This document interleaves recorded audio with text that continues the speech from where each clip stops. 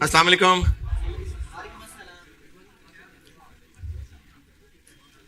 दुरूद शरीफ पढ़ लें।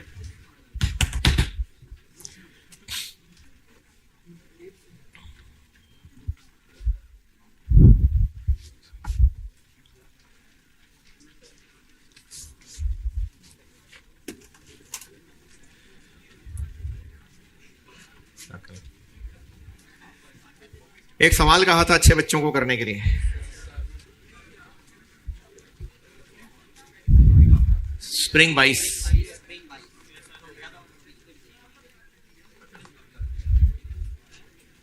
स्प्रिंग 22 किस किस ने कोशिश की है?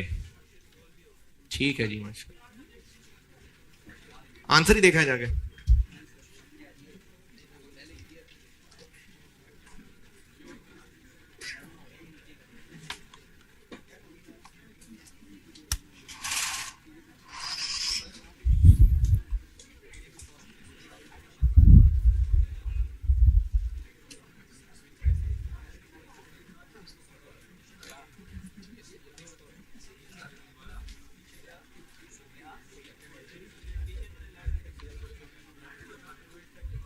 बेटे वो आखिर में है 5 5 5।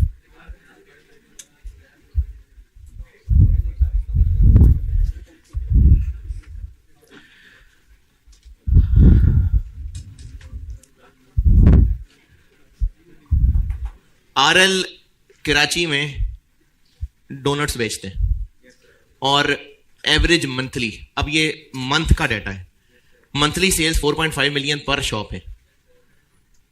तो कितनी शॉप्स हैं? तो कितनी शॉप्स हमें इसलिए जरूरत नहीं है क्योंकि हम now planning to open a shop, तो एक शॉप ही खोलने जा रहे हैं लाहौर में, तो इसलिए ये पर शॉप वाला डाटा बहुत है। लाहौर में शॉप खोलने जा रहे हैं और उसके लिए हमारे पास 2 जगह दुकानें खोलने की ऑप्शन है किराए पे।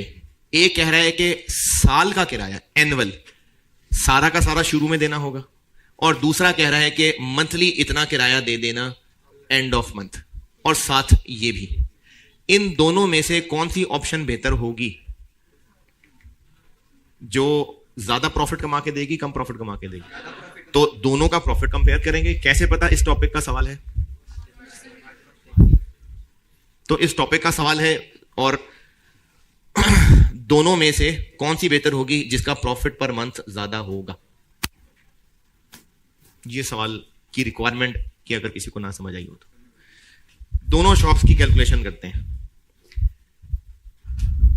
पिछले अभी इस वक्त जो रेगुलर बिजनेस है, हर शॉप की इतनी सेल्स है, और इसी को बेस बना के आगे इसलिए चलना है क्योंकि वो कह रहे हैं कि अब लाहौर में, क्योंकि खाने वाले लोग ज्यादा होंगे लाहौर में, तो अब इस शॉप की सेल 30% ज्यादा होगी। किससे ज्यादा? वो 4.5 से। तो इसलिए ये सारी कैलकुलेशन बेस्ड ऑन वही 4.5 ही चलेंगी। तो हमें अब लाहौर की शॉप की sales, variable cost, fix cost निकालनी है। सेल्स समझाता हूं, 30% ज्यादा होंगी। अच्छा, कराची में हम सिर्फ सादे डोनट्स बेचते थे, अब यहां पर कस्टमाइज्ड भी बेचने हैं, और टोटल सेल्स में से 20% कस्टमाइज्ड होंगे, तो बाकी 80 रेगुलर होंगे। जो कस्टमाइज्ड होंगे वो होंगे 15% महंगे। The price of customised donut 15% महंगी होगी। तो सेल्स कैसे निकाली? 4.5 मिलियन को 2 हिस्सों में तोड़ा, नहीं 4.5 मिलियन को 30% बढ़ाया, 2 हिस्सों में तोड़ा, और एक हिस्से पे 1.15 कर दिया। 4.5 30% बढ़ाया, 80-20 किया, रेगुलर और कस्टमाइज्ड, और कस्टमाइज्ड को 5% महंगा कर दिया। मैंने क्या बोला? वो मैं कह रहा था ये 5 है बेटा, देखो ये 5 है, ये कह रहा था मैं, आपको 8 लग रहा होगा ना, मैं 5 बता रहा हूं। तो ये आ गई लाहौर की शॉप की सेल्स, और चाहे दोनों में से जिस भी दुकान में जाएं, सेल्स यही है, क्योंकि दोनों दुकानों में जो फर्क है ना, वो सेल्स का फर्क नहीं है, तो सेल्स दोनों में सेम है। हाँ जी, सेल्स पे एतराज। वेरिएबल कॉस्ट, कॉस्ट हैं 2 तरह की, एक डोनट हम बनाते हैं और दूसरा उसको हम पैक करते हैं। Variable cost consist of 75% making है और रिमेनिंग पैकिंग है। 75-25 मेकिंग और पैकिंग हो गई, और वेरिएबल कॉस्ट है कितनी ये पता चल रहा है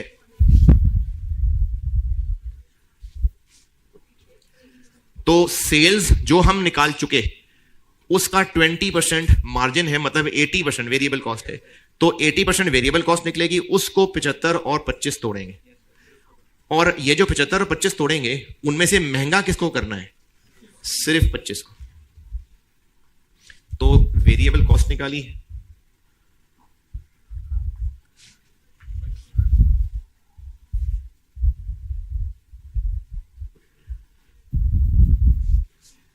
ये 20% वो कंट्रीब्यूशन वाला, ये पूरी वेरिएबल कॉस्ट निकली, उसमें से 75, उसमें से 25। और रेगुलर और कस्टमाइज्ड को क्यों फर्क किया है? क्योंकि कस्टमाइज्ड वाले की मेकिंग कॉस्ट ज्यादा है। और पैकिंग को क्यों रेगुलर कस्टमाइज्ड में नहीं तोड़ा? क्योंकि वो दोनों के लिए सेम है। मेकिंग को इसलिए तोड़ा है क्योंकि कस्टमाइज्ड महंगा मेक होगा, पैकिंग दोनों की एक जैसी है, इसलिए पैकिंग में नहीं तोड़ा। ये 1.3 वही सेल्स इंक्रीज वाला, और ये पैकिंग कॉस्ट, मेकिंग कॉस्ट महंगी थी 5%, पैकिंग कॉस्ट महंगी है 4%। तो ये वेरिएबल कॉस्ट की सारी वर्किंग। तो सेल्स और वेरिएबल कॉस्ट में बताएं जो पूछना है जी। क्यों नहीं किया? किया है ना? क्यों किया है? कुछ नहीं जी। सेल्स और वेरिएबल कॉस्ट ओके। और दूसरी ऑप्शन में चूंकि कमीशन भी है तो वो सिंपली मैंने सेल्स के ऊपर कमीशन का रेट लगा दिया। ये भी एक वेरिएबल कॉस्ट है, इसलिए इसको भी यहां लिख दिया। दोनों ऑप्शंस में कंट्रीब्यूशन निकला और सीएस रेशो निकल आई। तो वो क्यों निकाली सीएस रेशो? ब्रेक इवन निकालने के लिए। ब्रेक इवन से फिर मार्जिन ऑफ सेफ्टी निकला। तो sales, variable cost, break even, margin of safety, इस पे एतराज। अच्छा, ब्रेक इवन पे एतराज, मैंने जल्दी डायलॉग बोल दिया, पहले फिक्स कॉस्ट तो सेटल कर लें। फिक्स कॉस्ट बताता हूं। दूसरी ऑप्शन आसान है। हमारी फिक्स कॉस्ट किराए के अलावा, किधर गई ये, किराए के अलावा फिक्स कॉस्ट 0.8 मिलियन है, और दूसरी ऑप्शन में ये भी फिक्स कॉस्ट है। तो 0.8 और वो 0.1, ये दूसरी ऑप्शन की फिक्स कॉस्ट है। पहली ऑप्शन में, अच्छा हम लोग प्रॉफिट निकाल रहे हैं, प्रॉफिट यानी इनकम्स और एक्सपेंसेस यूज कर रहे हैं, या कैश फ्लोज बना रहे हैं, इनकम और एक्सपेंसेस। तो ऑप्शन 1 में हम पे बेशक 2.52 कर रहे हैं, लेकिन ये एनुअल है। एक्सपेंस के लिए तो 1/12 ही करना पड़ेगा।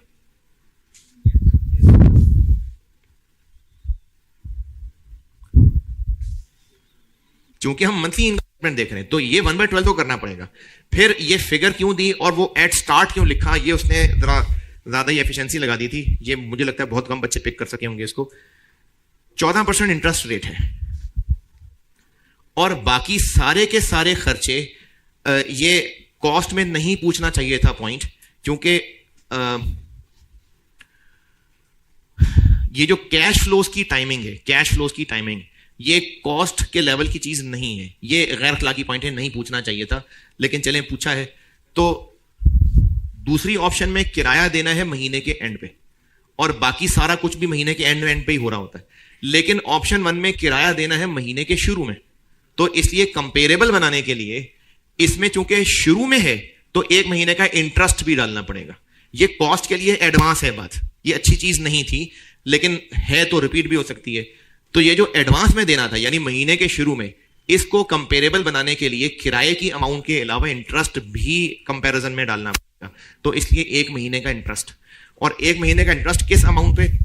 पूरे 2.52 पे, क्योंकि पे तो हमने पूरा 2.52 किया होगा। तो उस 2.52 पे 1 महीने का इंटरेस्ट।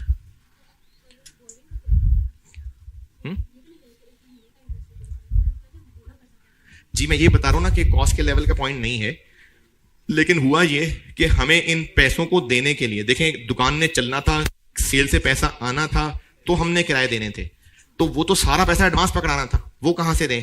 तो वो हमें बोरो करना पड़ेगा। तो किराया देने के लिए बोरो करना पड़ेगा, तो इसलिए उसके ऊपर 14% इंटरेस्ट लिया है।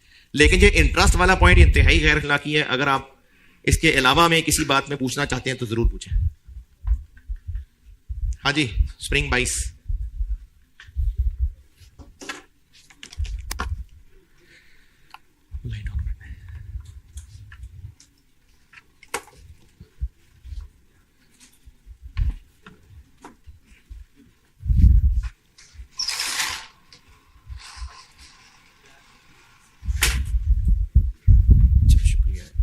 वो मैंने खुद ही नीचे लिखा था।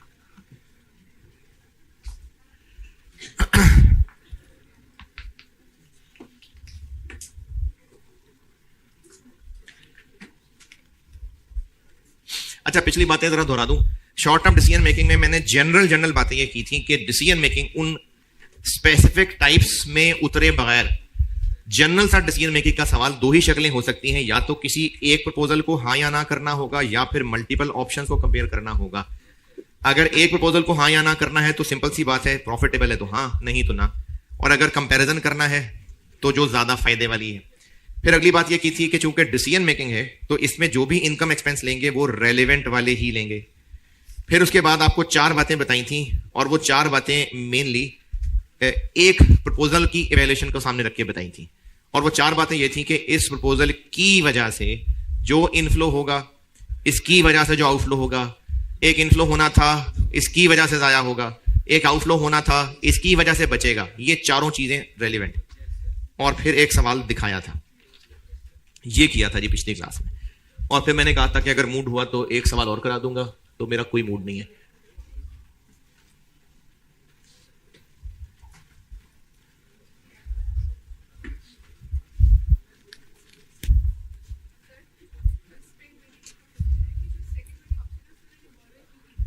बोरिंग क्यों? बोरिंग क्यों नहीं की ऑप्शन 2 में? इसीलिए कह रहा था ना मैं कि ये कॉस्ट में पॉइंट नहीं टेस्ट होना चाहिए था। ये किसी हद तक वर्किंग कैपिटल मैनेजमेंट का सवाल है या लॉन्ग टर्म डिसीजन मेकिंग का सवाल है जो एमएफए में है। फिर भी चले सवाल का जवाब बहरहाल दे देता हूं। जब इस शॉप से सेल से पैसा आएगा तो खर्चे भी पूरे कर लेंगे हम। ऑप्शन 1 में चूंकि सारा पैसा एडवांस में पहले दिन दे देना था, तो भी तो डोनट बिके ही नहीं थे, इसलिए उसके ऊपर इंटरेस्ट लग रहा है। लेकिन ये पॉइंट अच्छा इसलिए नहीं है कि इसकी गहराई में जाएंगे तो फिर जो वेरिएबल कॉस्ट है उसका भी तो खर्चा करना है। तो इसलिए एक अजम्पशन होती है कि सारे खर्चों का कैश फ्लो, ये मैं आपको एमएफए की बात बता रहा हूं, सारे खर्चों का कैश फ्लो पीरियड एंड पे हुआ करता है। सिर्फ ये रेंट था जो उसने एडवांस बताया था, इसलिए उस पर इंटरेस्ट लेना पड़ा। तो ये इंटरेस्ट वाला पॉइंट ये अच्छी बात नहीं थी, ये नहीं होना चाहिए था कॉस्ट में। 5 डिसीजंस हैं, जनरल वाली बात खत्म। अब 5 स्पेसिफिक डिसीजंस बता रहा हूं, यानी आपको सवाल से पहचाना जाएगा कि इनमें से किसी का सवाल है या बस जनरल सा सवाल है। ये सवाल से पहचाना जाएगा। एक होता है प्राइसिंग या इवैल्यूएशन ऑफ स्पेशल ऑर्डर।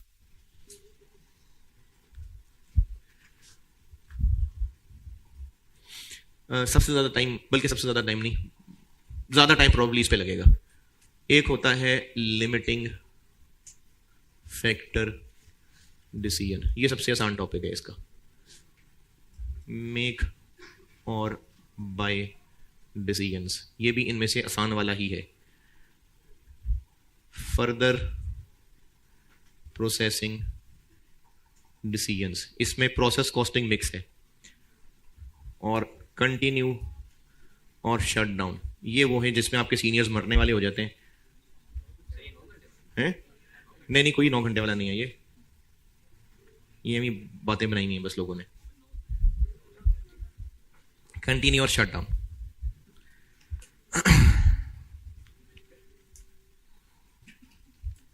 तो ये 5 स्पेसिफिक सिचुएशंस हैं, प्राइसिंग और evaluation of special order, limiting factor decisions, make और buy decisions, further processing decisions और कंटिन्यू और शट डाउन। ये मैं आपको सारे एक एक करके पढ़ाता हूं।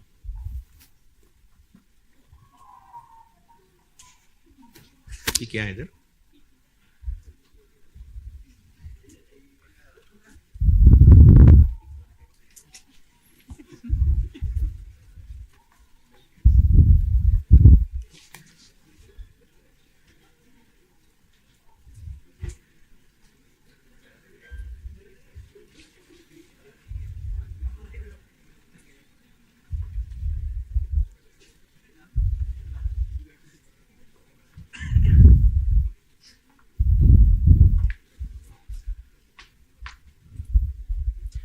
अच्छा, अभी ना 3-4 क्लासें इसी पे चलनी है। तो जब ये मैंने आपको आज लिस्ट इसलिए बता दी है कि जब मैं ये हेडिंग डालूंगा तो ये शुरू होगा। अब जब तक मैं ये हेडिंग नहीं डालता तब तक यही सब चल रहा होगा।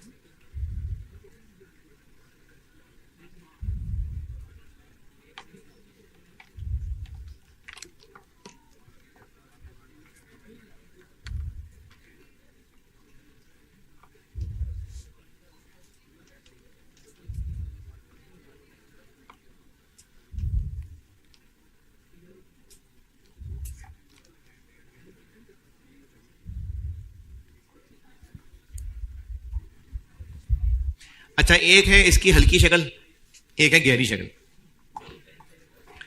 पहले हल्की शक्ल बताता हूं।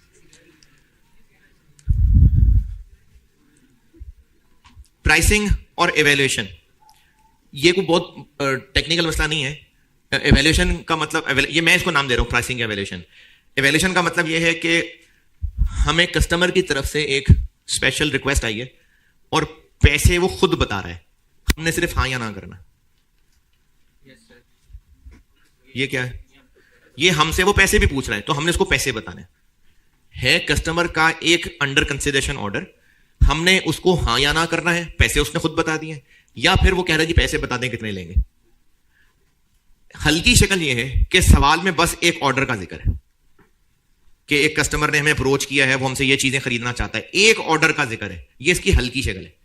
पहले हल्की शक्ल में कुछ खास बताने को नहीं है, इसलिए मैं डायरेक्टली सवाल कराता हूं। जो गहरी शक्ल होगी उसके लिए बताने में 2 क्लासें चाहिए। तो हल्की शक्ल है जिसके बारे में कुछ नहीं बता रहा, सीधा सवाल बता रहा हूं। स्पेशल ऑर्डर से सिर्फ मैं ये पहचान ले रहा हूं कि आपको सवाल पढ़ के पता चल जाएगा कि कस्टमर की तरफ से एक पर्टिकुलर ऑफर है, उस पे हाँ या ना करनी है या प्राइस बतानी है। इसको मैं कह रहा हूं स्पेशल ऑर्डर। हल्की शक्ल इसकी गहराई में नहीं जा रहा, गहरी शक्ल फिर जाऊंगा गहराई में। अभी मैं हल्की शक्ल बता रहा हूं। हल्की शक्ल क्या है कि एक ऑर्डर है जिसका सवाल सॉल्व कर रहे हैं बस है? हाँ, तो ये वही है जर्नल में जो किया था, इसीलिए गहराई में उतरे बगैर। तो इसका एक हल्का सा सवाल कर लेते हैं। अच्छा, अगर आपने इस पे कुछ लिखना है तो लिख लें बेशक, हल्की शक्ल और गहरी शक्ल। तो अभी हल्की शक्ल करा लो जिसमें मैंने स्पेशल ऑर्डर एक्सप्लेन नहीं किया। गहरी शक्ल के लिए फिर स्पेशल ऑर्डर मुझे एक्सप्लेन भी करना पड़ेगा और मटेरियल लेबर ओवरहेड्स की और गहराई में जाना पड़ेगा। तो एक हल्का सा ही सवाल कर लेते हैं और एक उसी तरह का हल्का सा सवाल होमवर्क दे देता हूं। आप सवाल खोलें जी, लेबर वाले चैप्टर में होगा। लेबर वाले चैप्टर में, जो कि मैंने आपको कहा था लेबर के कुछ सवाल मैं डिसीजन मेकिंग के साथ कराऊंगा। तो लेबर वाले चैप्टर में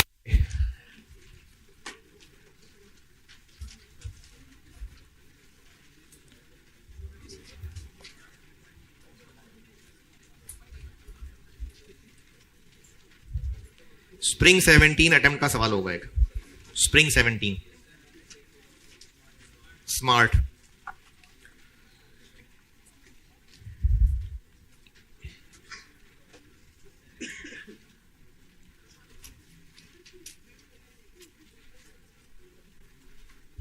स्मार्ट प्रोसेसिंग लिमिटेड, लेबर वाले चैप्टर में स्प्रिंग 17 स्मार्ट प्रोसेसिंग लिमिटेड के नाम से सवाल है। पढ़ लीजिए, मैं करता हूं, मैं बोर्ड पे करता हूं, आप पढ़ लें।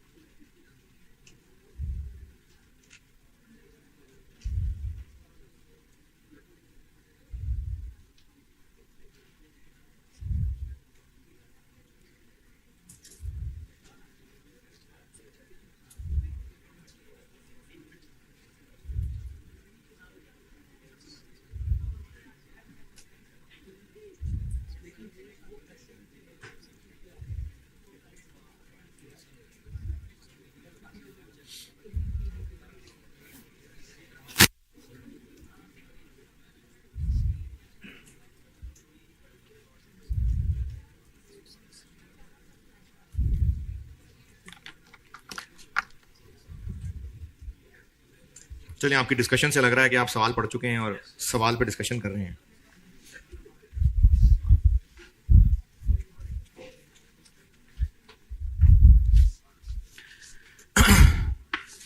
जी, कैसे पता है इस टॉपिक का सवाल है? नहीं, लर्निंग कर्व की वजह से नहीं। हम एक 10,000 यूनिट्स का कॉन्ट्रैक्ट साइन करना चाह रहे हैं और is considering to sign a contract of 10,000 required है कि बताएं हम क्या प्राइस चार्ज करें। तो इससे पता चल रहा है। और ये कैसे पता कि हल्की शक्ल है गहरी शक्ल नहीं है? चूंकि मैंने बताया नहीं, उसमें भी एक ही ऑर्डर होगा, लेकिन मैंने भी चूंकि गहरी शक्ल बताई नहीं है आपको, तो उसका ज़ाहिर है गहरा सवाल भी नहीं होगा। तो जब गहरी शक्ल बता दूंगा तो वो पहचाना जाएगा सवाल। तो क्या करना है जी, कैसे करें सवाल?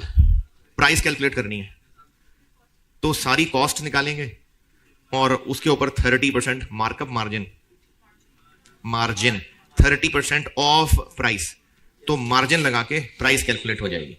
और चूंकि डिसीजन मेकिंग का सवाल है तो सिर्फ रेलिवेंट वाली कॉस्ट इस्तेमाल होती है। चलिए करता हूं सवाल सॉल्व। कितने यूनिट्स का ऑर्डर है?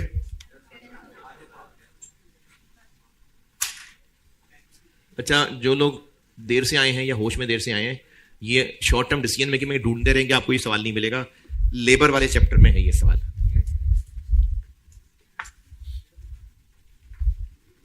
तो हम टोटल कॉस्ट कैलकुलेट कर लेते हैं पे प्रॉफिट लगा के तो प्राइस निकाल लेंगे।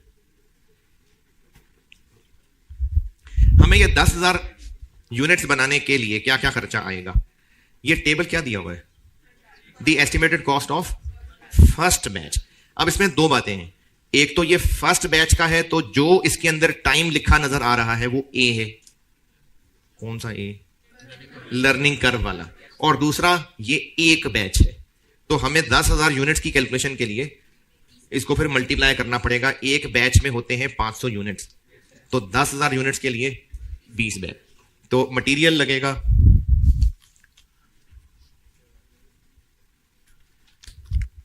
एक बैच कितने रुपए है? 135,000, तो इनटू 20 लिख दें या डायरेक्टली ये लिख दें? ये 20 बैचेस हो गए।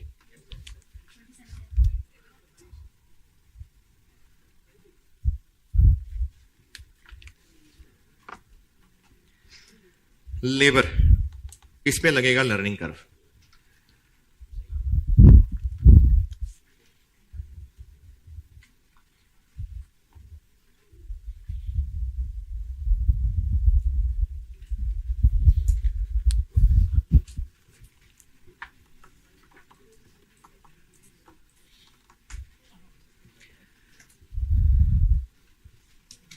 अच्छा, अगर वो लर्निंग कर्व लगवा रहा है तो फिर ये पता होना चाहिए कि सबसे पहली दफा जब बनाया था तो पिछले सालों का कोई डाटा नहीं है, यानी फिर शायद ये कोई नई तरह ही की चीज होगी जो हम इस कस्टमर को देने लगे, तभी फर्स्ट बैच का डाटा दिया हुआ है।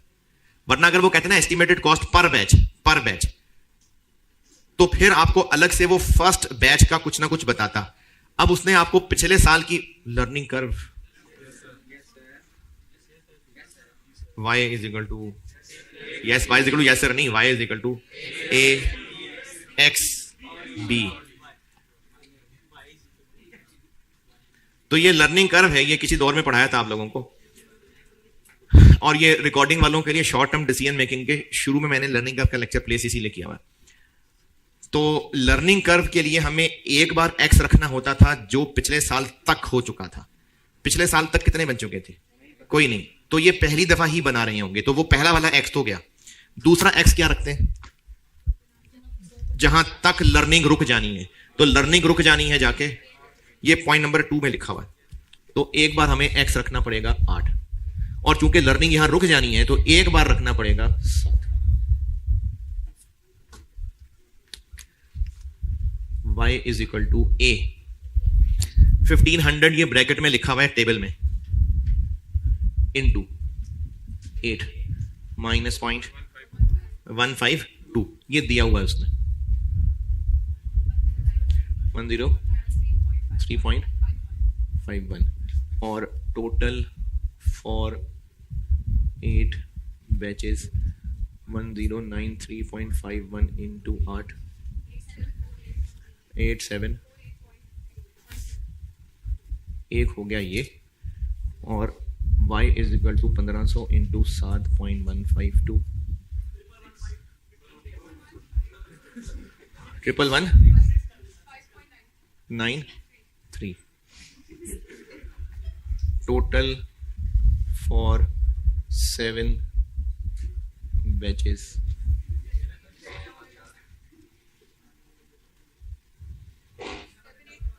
Seven eight double one 51.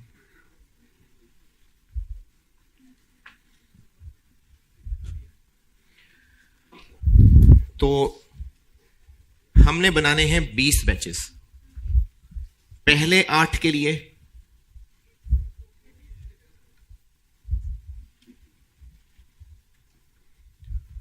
और अगले 12 के लिए।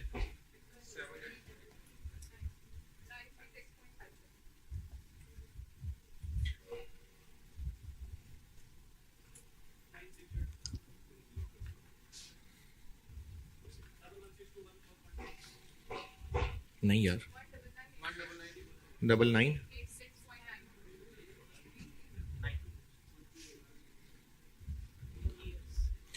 ये लर्निंग कर्व। पिछले साल तक कुछ होता तो पहला एक्स वो होता, फिर दूसरा एक्स जहां पर लर्निंग रुकनी है, फिर तीसरा एक्स जहां रुकनी है उससे एक पीछे।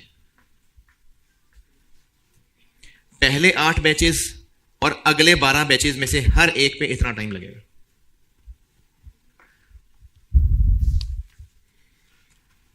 $19986.92 वर्किंग 1 इनटू वेज रेट कितना है? वेज रेट 1 आर का कितना है? कैसे? 150। ये हम एक छोटी सी मकड़ी से पूछ लेते हैं। 2,25,000 रुपए 1500 घंटों का है, तो 1 घंटे का 150।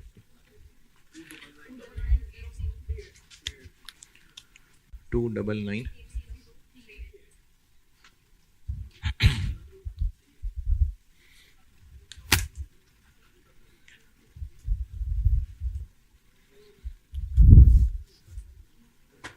वेरिएबल ओवरहेड्स 120 रुपए पर,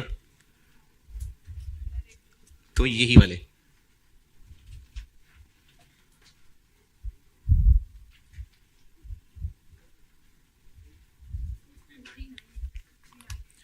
$2398 $2398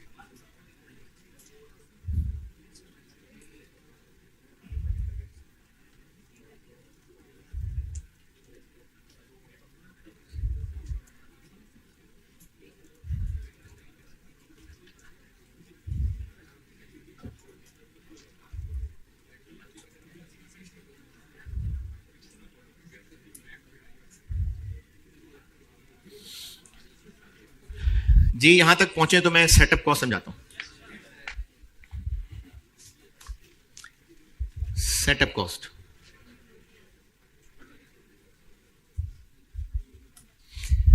सेटअप कॉस्ट आप इसकी मिसाल समझ लें, ये चूंकि सेटअप कॉस्ट पर बैच है, इसकी मिसाल ऐसे समझ लें कि जैसे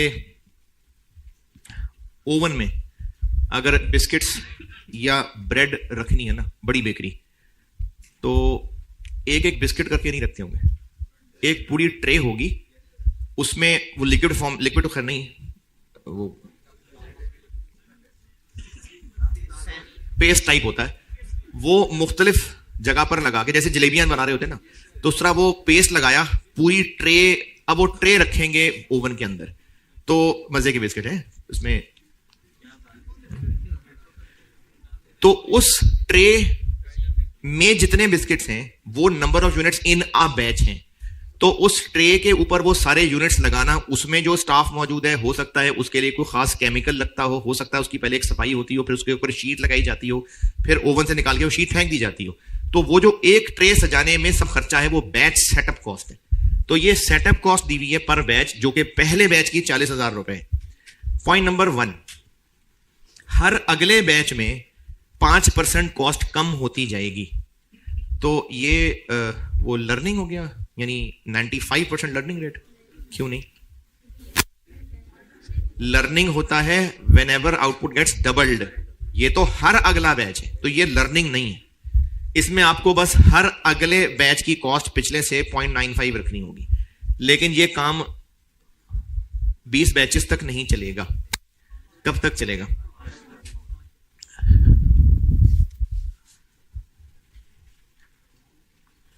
पहले बैच की कितनी? 40,000।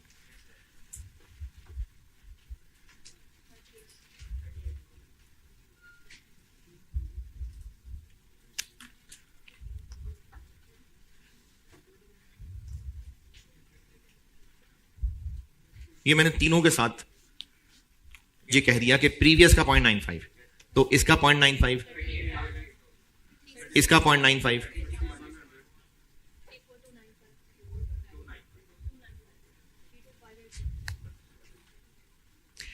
फिफ्थ बैच पे इतना ही खर्चा आएगा या वो इससे कम होगा?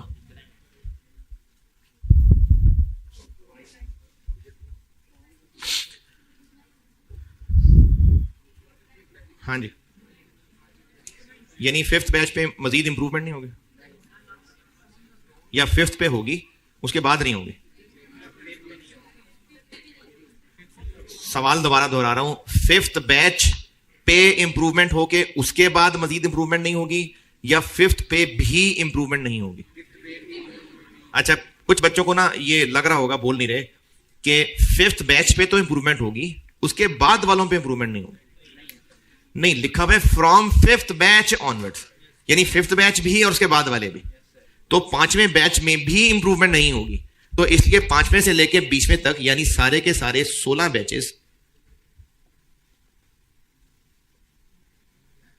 इनमें इतना ही खर्चा आएगा। 54820 66।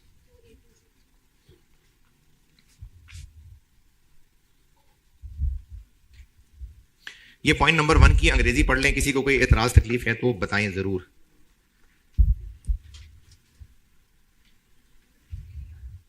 ये नहीं है, ये ठीक है। 697।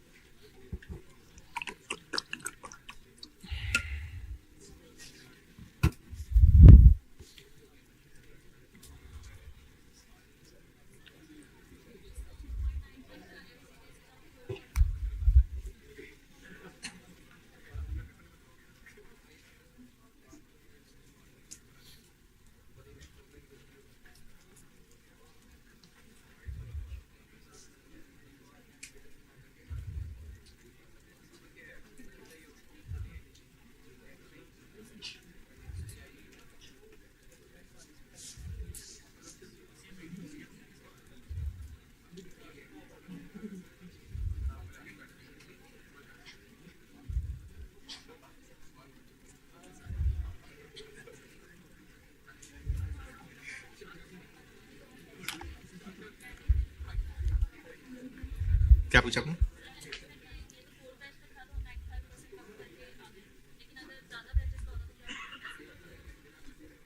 ज्यादा बैचेस होता तो हमें सब एक करने पड़ते, सारे अलग अलग लिखने पड़ते।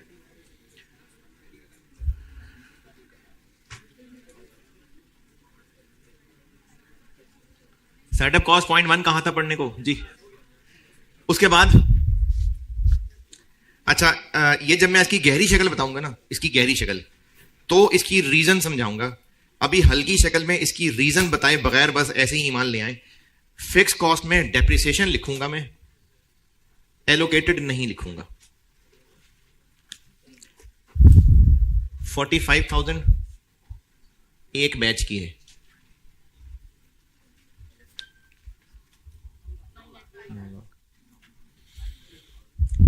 इसको मैंने यहां क्यों लिखा है और ये जो नेक्स्ट एलोकेशन है इसको क्यों नहीं लिखा, इसकी रीजन जब गहरी शक्ल में आएंगे तो बताऊंगा। वैसे दूसरा जो नहीं लिखा वो समझा सकता हूं, अगर समझ आ गया तो ठीक है, नहीं तो कोई बात नहीं, गहरी शक्ल में समझाऊंगा। एलोकेशन ऑफ एग्जिस्टिंग ओवरहेड्स, इसका मतलब होता है जो ओवरहेड्स वैसे भी हुआ करते हैं बस इसके हिस्से में बटेंगे। जैसे मिसाल के तौर पे अगर आप में से कोई फ्लैट में रहता हो तो फ्लैट का किराया, उसमें 3 लोग रहते थे तो वो 3 पे डिवाइड होता था। अब अगर चौथा भी वहां रहने आएगा तो अब वही किराया 4 पे डिवाइड हो जाएगा, किराया बढ़ जाएगा।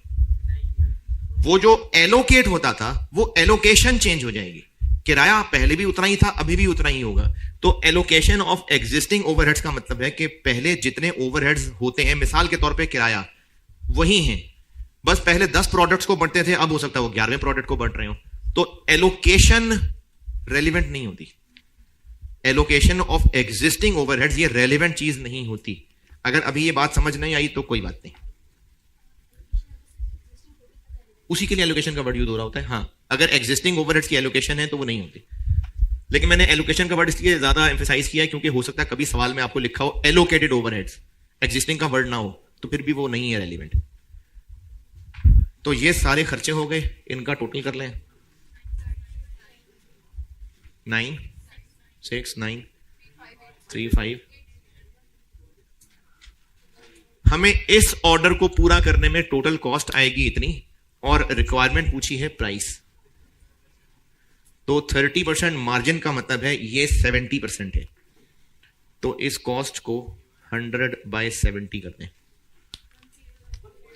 13847976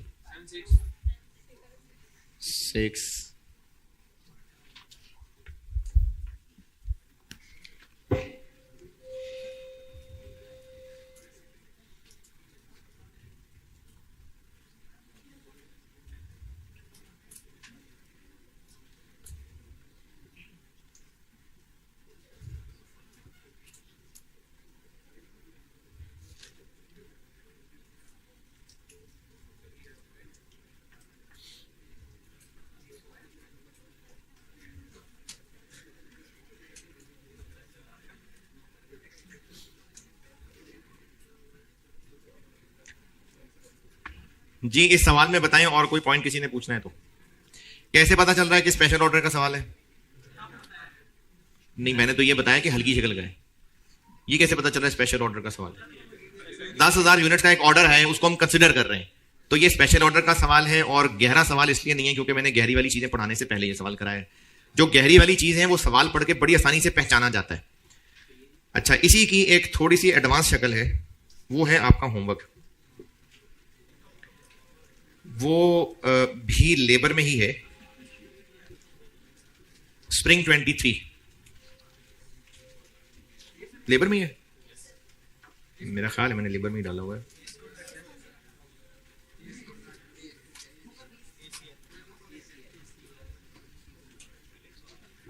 जी, ACL, एस कॉन्ट्रैक्टर्स लिमिटेड। इसमें मटेरियल की वेस्टेज वाला एक बड़ा मजे का पॉइंट है। बाकी ये इसी तरह का, ये 1 लाख यूनिट्स पहले बैच का डाटा दिया हुआ है और प्राइस पूछी हुई है। तो ये बेसिकली सवाल वैसा ही है, उसी तरह लर्निंग कर्व इस्तेमाल हो रहा है। मटेरियल वाला एक पॉइंट अच्छा है, सेटअप की जगह इसमें मटेरियल का पॉइंट अच्छा था, तो वो आपने फिर खुद करना है। मटेरियल वाला बहुत मजे का पॉइंट है। उसके अलावा बाकी ऐसा ही है, लर्निंग के आवर्स निकाल के लेबर और ओवरहेड्स, और इसमें 20 बैचेस थे, इसमें 4 बैचेस हैं। तो ये सवाल है आपका होमवर्क, और होमवर्क देना क्लास का आखिरी काम नहीं होता है। ये स्प्रिंग 23 अटेम्प्ट का सवाल, और ये लेबर में ही है, एस कॉन्ट्रैक्टर्स लिमिटेड के नाम से। इसमें मटेरियल वाला अच्छा पॉइंट है, तो ये आपने करना है। ये हो गई हल्की शक्ल। ये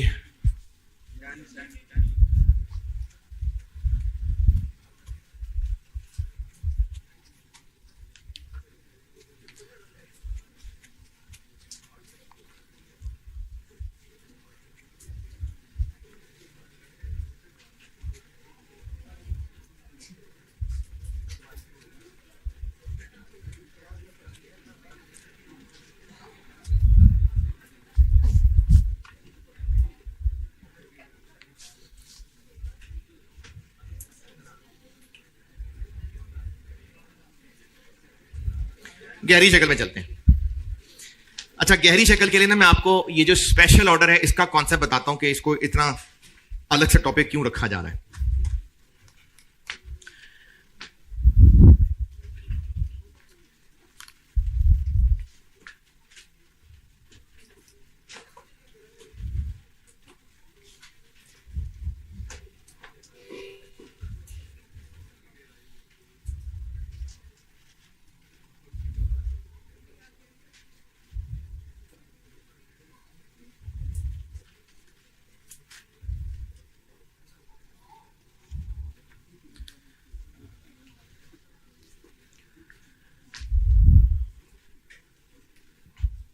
स्पेशल ऑर्डर की जो असल शक्ल है, यानी जिसकी वजह से इसको एक टाइप बनाया हुआ है, ये ना वन ऑफ चीज है, और वन ऑफ भी इतना जरूरी नहीं है, इंपॉर्टेंट नहीं है। मेन बात है कि ये मेन प्रोडक्ट से डिफरेंट है, यानी हमारा जो मेन काम है ये उससे हट के कुछ ऑर्डर है। वन ऑफ अगर कंफ्यूज करे तो हो सकता है साल में एक दफा इस तरह के ऑर्डर आ जाया करते हूं, इसलिए मैं इसको नॉर्मल से जो मेन प्रोडक्ट है उससे डिफरेंट चीज बता रहा हूं। अभी मैं आपको ना स्पेशल ऑर्डर समझा रहा हूं ये होती क्या चीज है, और इसको क्यों मैं एक गहरी शक्ल कह रहा हूं, वो ये कहानी बताऊंगा तो रिलेट कर सकूंगा। अगर एक नॉर्मल प्रोडक्ट की प्राइस निकालनी है, आपको इसका सवाल नहीं आएगा, नहीं इसका तो आएगा, जो बात बोलने लगा उसका सवाल नहीं आएगा, सिर्फ ये समझाने के लिए कहानी बता रहा हूं। बिजनेस का जो मेन प्रोडक्ट है, अगर उसकी प्राइसिंग करनी हो, यानी बिजनेस ने यह फैसला करना हो कि इसकी प्राइस कैसे कैलकुलेट करें, तो प्राइस अच्छा, अगर वो प्राइस मार्केट डिमांड सप्लाई से निकल रही है तो फिर तो कैलकुलेशन नहीं है ना, फिर तो मार्केट में जो रेट चल रहा है उसी में ही करना पड़ेगा जैसे तैसे। लेकिन अगर प्राइस खुद बिजनेस ने कैलकुलेट करनी है तो ऑब्जेक्टिव क्या है बिजनेस का? प्रॉफिट कमाना। तो क्या वो सिर्फ उस प्रोडक्ट की मैन्युफैक्चरिंग कॉस्ट कंसिडर करे या अपने बाकी सारे खर्चे भी कंसिडर करें? क्यों? अब तक तो हम लोग वो मार्कअप मार्जिन सिर्फ कॉस्ट पे ही लगा रहे होते हैं, एडमिन सेलिंग पे तो नहीं लगा रहे होते। चले, मैं शायद सवाल ठीक नहीं पूछ सका, दोबारा बोलता हूं। अगर एक तंदूर है और उसने जो भी रोटी नान बेचता है, मार्केट रेट नहीं, ठीक है, उसने खुद कैलकुलेट करना है, तो वो जो रोटी का रेट कैलकुलेट करेगा उसमें वो सिर्फ आटे की जो मजदूर रोटी लगाने बनाने में शामिल है उनकी कॉस्ट कंसिडर करे या दुकान का किराया भी, बिजली का बिल भी? क्यों? क्योंकि उसने वो सारे खर्चे इसी से ही तो पूरे करने हैं। तो कोई भी बिजनेस, चाहे वो ट्रेडिंग है चाहे मैन्युफैक्चरिंग है, जब वो अपने मेन प्रोडक्ट की प्राइस निकालना चाहता है तो वो बिजनेस के सारे खर्चे करता है कंसिडर, वरना प्रॉफिट कैसे कमाएगा? कॉलेज की मिसाल लेते हैं, क्योंकि मैंने उस दिन आपको कॉलेज की मिसाल दी थी इसलिए कॉलेज की मिसाल ले रहा हूं। अगर फीस डिसाइड करनी है, वैसे तो मार्केट नॉर्म से ही निकलती है, लेकिन अगर डिसाइड करनी है तो सिर्फ टीचिंग की और ये एसी की कॉस्ट शामिल होनी चाहिए? वैसे तो आप कहेंगे जी कुछ भी नहीं होना चाहिए, मुफ्त पढ़ाना चाहिए बच्चों को, बल्कि साथ पैसे भी देने चाहिए, है ना? तो सिर्फ टीचिंग की और ये एसी वगैरह की कॉस्ट कंसिडर होनी चाहिए या एडमिनिस्ट्रेशन, सिक्योरिटी वगैरह सब? क्यों सब? क्योंकि सारे खर्चे इसी रेवेन्यू से ही पूरे होने, रेंट भी, सैलरीज भी। अब उस मिसाल पे आते हैं वापस, वो जो ये शादी हॉल वालों ने 3 दिन के लिए मांगा था, वो जो परसों बात हो रही थी। अब अगर उन्होंने 3 दिन के लिए ये रूम 31 मांगा है तो उनको प्राइस बतानी है, नहीं हमने बतानी है, तो उस प्राइस की कैलकुलेशन में इस बिल्डिंग का रेंट, सारे स्टाफ की सैलरी, ये भी शामिल करें। क्यों नहीं? ये टर्म ठीक नहीं है कि कोई रेलेवेंट नहीं है। नहीं, हाँ जी, तो फिर फीस की कैलकुलेशन में क्यों रेंट लें? रेंट तो देना ही देना है। तो एक मिनट ठहरो भी बताऊंगा। हाँ जी, हाँ तो अच्छा, हाँ जी, क्या कह रहे थे? तो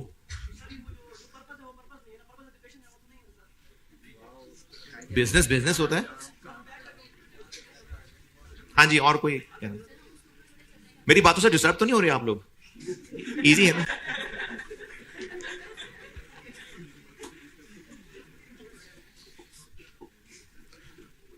हाँ जी, और कोई कुछ कहना चाहे?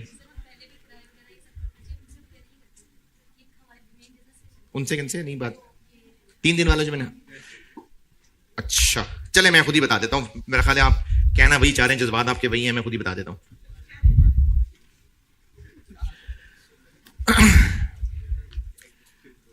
जो बिजनेस का मेन प्रोडक्ट है ना, बिजनेस अपने सारे खर्चे उस मेन प्रोडक्ट की प्राइस में इसलिए कवर करना चाहता है कि उसने सारा कुछ वहीं से ही तो कमाना है। तो मेन प्रोडक्ट की प्राइस में जरूर बिजनेस सारे खर्चे करता है कंसिडर। ये मैं आपको अकाउंटिंग की बात नहीं बता रहा, वैसे एक बिजनेस की बात बता रहा हूं कि बिजनेस अपने सारे खर्चे मेन प्रोडक्ट से ही तो पूरे करके निकालेगा, तो वो सारे खर्चे कंसिडर करेगा। अब 3 दिन के लिए एक शादी हॉल वालों ने 3 दिन के लिए रूम मांगा है, अगर तो वो पैसे खुल के दे, ये सवाल वाली बात नहीं, ये सवाल की बात नहीं है। अगर बहुत बड़ी पार्टी है और उनको पैसे देने में कोई मसला नहीं, तो हम कॉलेज का रेंट क्या, हम अगली 7 नस्लों के खर्चे भी पूरे करेंगे। तो फिर कम क्यों? फिर तो खुल के मांगे ना। अगर दूसरी पार्टी पैसे दे सकती है तो जरूर खुल के पैसे मांगे, ठीक है ना? तो ये डिस्कशन इस वक्त यहां नहीं है। अगर हम खुल के पैसे मांग सकते हैं फिर तो इस बिल्डिंग का रेंट क्या, घर का रेंट भी, जो अगले बच्चे बड़े होकर स्कूलों में भेज रहे हैं उनकी फीसें भी, फिर तो ये सारे खर्चे पूरे करेंगे। अगर अच्छा रेट मिल रहा है तो फिर करें। ये डिस्कशन इस वक्त यहां नहीं हो रही। इस वक्त बात ये हो रही है कि अगर हमने उनसे 3 दिन की फीस चार्ज करने के पीछे महीने का किराया, फलाना खर्चा भी डाल दिया, तो वो कहेंगे भाई रहने दो, वो मना कर देंगे ना, क्योंकि हमें ये एक एक्स्ट्रा काम मिल रहा है, तो हम अपना मेन बिजनेस से रेगुलर खर्चे तो पूरे कर ही रहे हैं। इस छोटे से एक्स्ट्रा काम के अगर हमने फिर से वही सारे खर्चे बिल्ड करके ज्यादा पैसे मांग लिए तो वो तो भाग जाएगा कस्टमर। तो अब यहां पर एक कॉमन नहीं, एक बिजनेस सेंस ये कहती है कि चूंकि वो एक एक्स्ट्रा चूंगे वाला काम है तो सारे खर्चे पूरे नहीं करने की जरूरत, बस ये कर लें कि हमें नुकसान वहां ना, प्रॉफिट जरूर कमा लें, सिर्फ उतने खर्चे डाल लें कैलकुलेशन में जितने उस पर्टिकुलर जॉब की वजह से पड़ने वाले हैं। अगर वो दूसरा कस्टमर ज्यादा पैसे देने को तैयार हो तो फिर ये डिस्कशन नहीं है, फिर तो खुल के पैसे मांगे। लेकिन बात ये हो रही है कि अगर हमने ज्यादा पैसे मांगे तो फिर वो नहीं देगा, वो कहेगा रहने दे मैं अपना कॉलेज खोल लेता हूं। तो अगर हमने मेन बिजनेस से हट के कोई इस वक्त ऑफर कंसिडर की हुई है, इसको अलग टॉपिक बनाने की रीजन ये है, अगर हमने इसको मेन बिजनेस से हटके कोई ऑफर इस वक्त अंडर कंसिडरेशन है, तो अगर ज्यादा पैसे मांगेंगे तो वो कस्टमर ज्यादा पैसे नहीं देगा। तो हमें सिर्फ कैलकुलेशन में वो आइटम्स कंसिडर करनी चाहिए जो इसकी वजह से एक्स्ट्रा पड़ेंगी। तो चूंकि ये मेन बिजनेस से हटके है, इसलिए इसकी प्राइसिंग या इवैल्यूएशन में हम सिर्फ वो इनकम एक्सपेंसेस कंसिडर करेंगे जो रेलेवेंट फॉर दिस ऑर्डर है। ये है इस सारी कहानी का कंक्लूजन कि हमने चूंकि मेन बिजनेस के खर्चे मेन प्रोडक्ट से कर लिए हैं पूरे, या कर लिया करेंगे पूरे, ये वन ऑफ चीज है, एक एक्स्ट्रा है, चूंगा है, तो इसलिए इसकी प्राइसिंग या इवैल्यूएशन करते हुए हम सिर्फ वो आइटम्स कंसिडर करेंगे जो रेलेवेंट फॉर दिस ऑर्डर है। लिख लेते तो अच्छा था। तो फिर उसको हम वन ऑफ नहीं कह रहे होंगे ना, फिर तो हम एक नई लाइन ऑफ बिजनेस खोलने जा रहे होंगे, फिर वो ये चीज नहीं है। फिर बता देता हूं, इसका गहरा कॉन्टेक्स्ट ये है, कि ये हमें हमारे नॉर्मल काम से हटके एक ऑर्डर मिला है, वन ऑफ है, चूंगा है, तो हमने अपने रेगुलर खर्चे चूंकि इन प्रोडक्ट से ही पूरे कर लिया करने हैं, तो इस कस्टमर को ज्यादा पैसे बताएंगे तो मानेगा नहीं। तो इसलिए इसकी प्राइसिंग या इवैल्यूएशन के लिए सिर्फ वो आइटम्स कंसीडर करेंगे जो रेलेवेंट फॉर दिस ऑर्डर है।